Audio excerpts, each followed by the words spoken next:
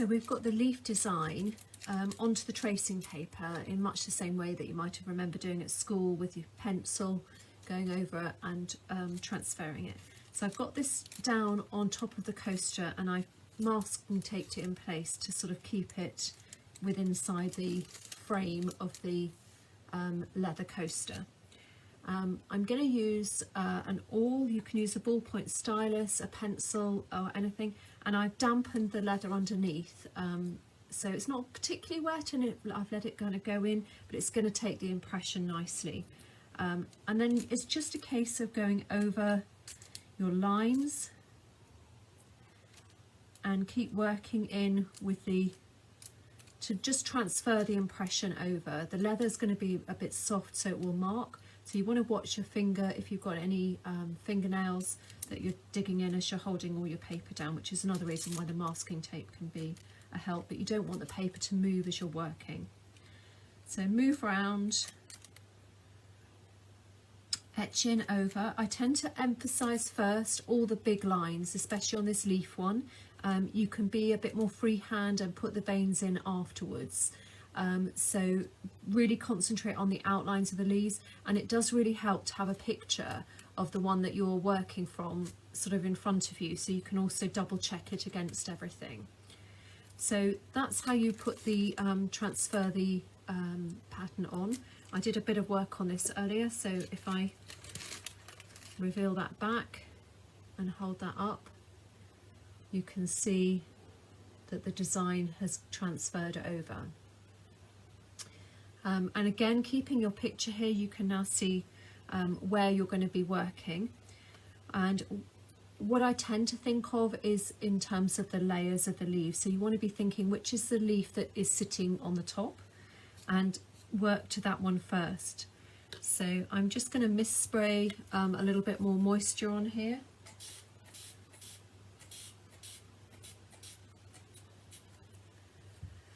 Like this.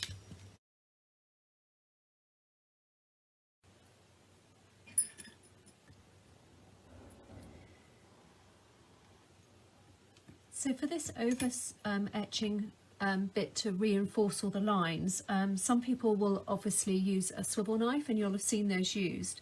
Now the swivel knife, the standard one, has quite a wide blade, as you can see here.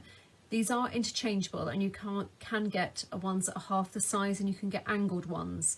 And I would suggest that if you want to use your swivel to do this, that you get the angled filigree blade to go in here, because you'll have a much better control. It does, if I do a little bit of a line here, it's got quite a thick blade, so it creates quite a thick, heavy line, which is sometimes nice for emphasis. But for this particular project, I want something that's a lot more kind of delicate looking. And so I'm going to use my awl, and you'll see here that I've created a little wrap around the base of the awl. And this is so that I can use it like a pencil. So I'm going to just go in, what the leather's moistened again, and just give a good scratch. And again, thinking about those layers and concentrating on those outlines. You'll see much of the veins have gone in nicely already without too much. I don't want those to be too heavy. Again, I want that sort of sense of the delicate tracery of the leaves. So it's just a case of kind of working the leather, angling the awl. And when you come to do these spikes, if you go in one at a time to do those triangles, you can get really nice, crisp, clear lines. And the beauty of doing these sort of leaves is it's quite forgiving. So if you've got a couple of bits where you've gone over, or you've change the angle slightly from your tracing, it's not going to matter overly, which is another reason why doing leaves is a really good sort of beginner's project. So I hope that you can see on the camera that this is where I'm going in. It's making it much deeper and darker. Okay, so you want to go over your whole coaster like this, getting all of those lines in place, because the more time you spend on this now, the easier it is when you come to do some of the other tooling, because you'll be able to see your shape and you'll have a more definite edge to work to. So I think that's covered most of those that I want to do. Just do a little bit down there. Now I've got my picture handy, which I'm going to refer to, and there are areas on here with sort of darker shade, which is the areas I've blacked out on here, and I'm going to use those to make my backgrounder tool. But in order so that I know where they are, I'm just going to cross hatch where I want them to be, just so that I can see them. And then I'm going to use this backgrounder tool, which is tool A104. It's a really lovely pear shape with a nice pointed tip, and it's the one that comes in the 6-piece tool set, but it is also sold separately. So when I'm doing these, I'm going to butt up to my edge and I'm going to angle it and give it a tap in. So I'm just really tapping the top point, and that's going to give me, as I turn it, it's just going to give me my leaf edges more defined. So the idea of the background tool is to create depression and to create some standout 3D. And this lovely little pear-shaped one is just so handy.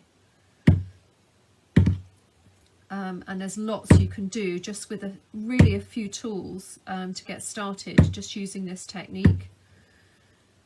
So the idea of the backgrounder and the beveller for shadow. I'm just going to give that a little angle there, and that's given me my depression. And then I'm going to go over all those bits that I've marked, and you know that the leather's got the right moisture content when it's nice and dark like this, when you're hitting. And if it starts to sort of look a little bit light as you're using your backgrounder tool, you might need to just moisten the leather again. You can just use a sponge, but I quite like the spray mist. It goes on a bit more evenly and gives a bit of a better and easier finish. And there's just a little piece there.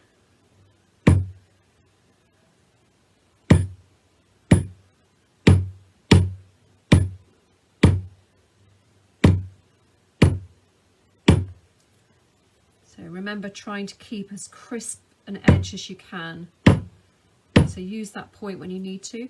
And where you've got the larger centre area, if you start with your edges and then with your centre area, just give a few light random taps, twisting the tool, and that will just sort of remove any kind of outlines from the tool that you put in. But if you started with your outline, you'll get that nice crisp kind of edge going.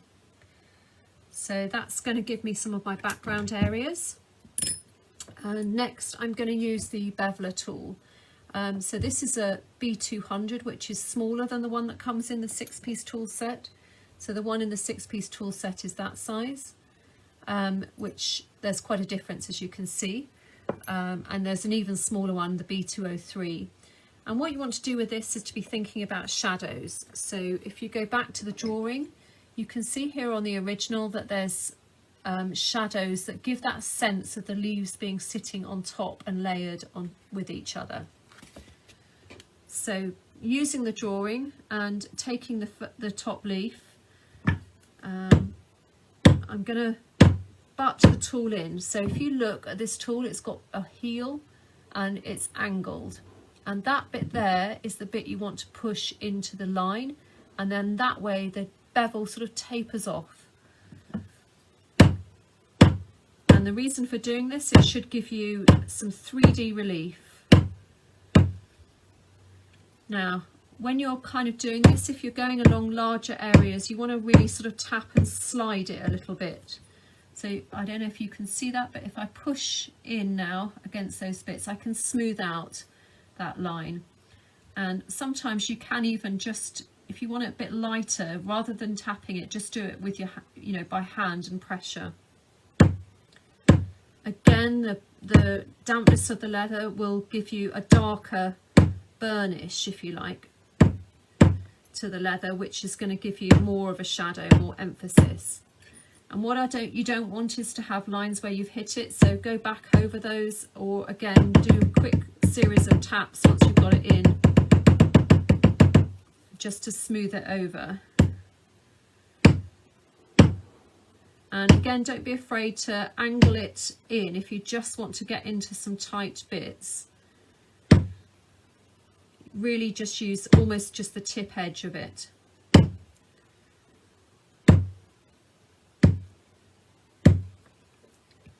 And if I hold this up in a moment, you'll be able to see the effect of it. So you can see now we've got this really strong edge and clear shadow. So work your way around the pattern, doing that backgrounding and beveling, and those aspects in themselves will give you that relief. Don't forget to sort of maybe take a look back at it. It might be that you decide that you need a few more leaf veins adding in, and you can vary the pressure that you use with the awl to get those veins. So some can be very firm and some can go really quite light to give you that sort of delicate tracery. I've missed a bit there. And think about maybe doing some varied veins on the different leaves, because it will give you a bit more contrast. So you'll just see now for that one there, that I think you can just see that I've done quite a few sort of more close together lines, which will give it a little bit more denseness. All of these things will kind of give you that play. And next we'll move on to adding colour.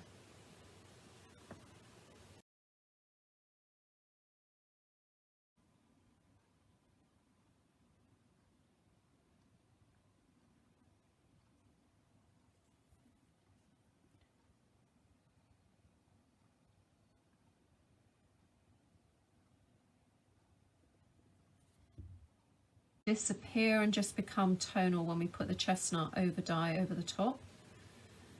So we'll just go with some of the veins here.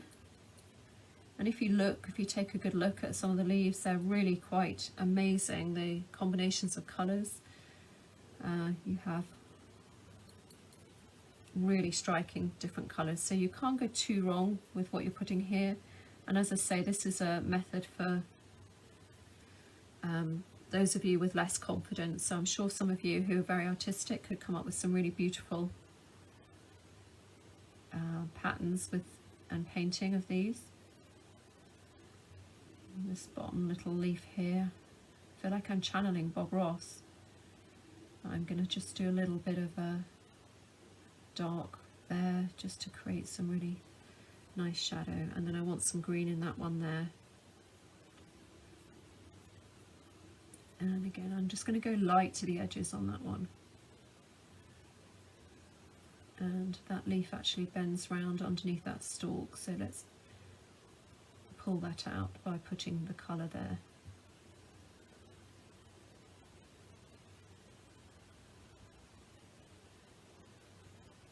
And I'll hold this up and you'll see I haven't, I'm just going to do dry brush over a few of these.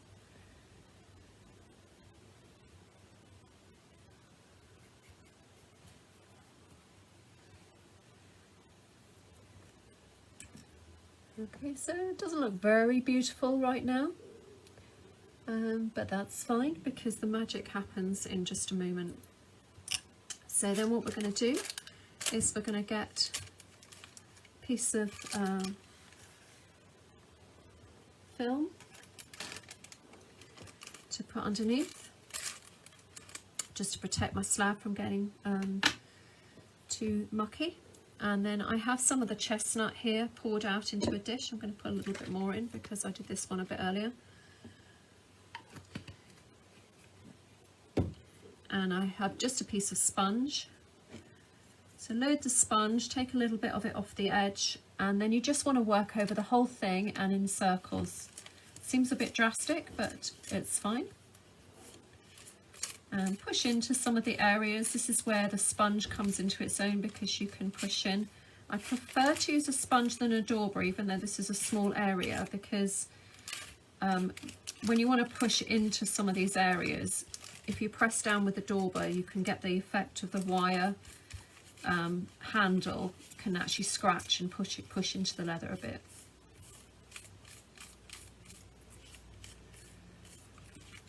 So there we go. And just working circles over so you don't get any strokes over it. You can get a nice even finish. And if I hold that up now, you'll start to see those lovely textures and plays. Let's pop that to one side. And I have on here, this is the metallic copper. So what I'm going to do with that just before I use the whole thing as a wash is I'm going to heavily put a bit of that around my border. Again, just painting it on. This is just to frame the coaster or book plate or bag plate, whatever you decide to use it for. Now this metallic copper goes really well with the chestnut. It kind of disappears in, but it will just give it that metallic shimmer. And a lot of what you want to do with your colouring and your finishes at this point is about highlighting that 3D effect. So what I'm then going to do is I'm going to take my sponge that had the chestnut on. I just haven't got much left on it, as I can see by patting it on there. So I'm just going to pick up a bit of the chestnut. I don't want much, so I'm just going to dab it a bit here just to get a little coating of it. And then I'm just going to dab that over. And this will just add a bit of luster and light so that it picks up your tooling work. It's quite subtle. It's not like a big metallic glint, but it just gives you a bit of shimmer. And then that just needs to be left to dry. And then we can add a top coat and finish. So for the top coat and finish, I would use either Super Sheen or Permacoat. You want something that's going to give you a seal, particularly if you're using it for a coaster.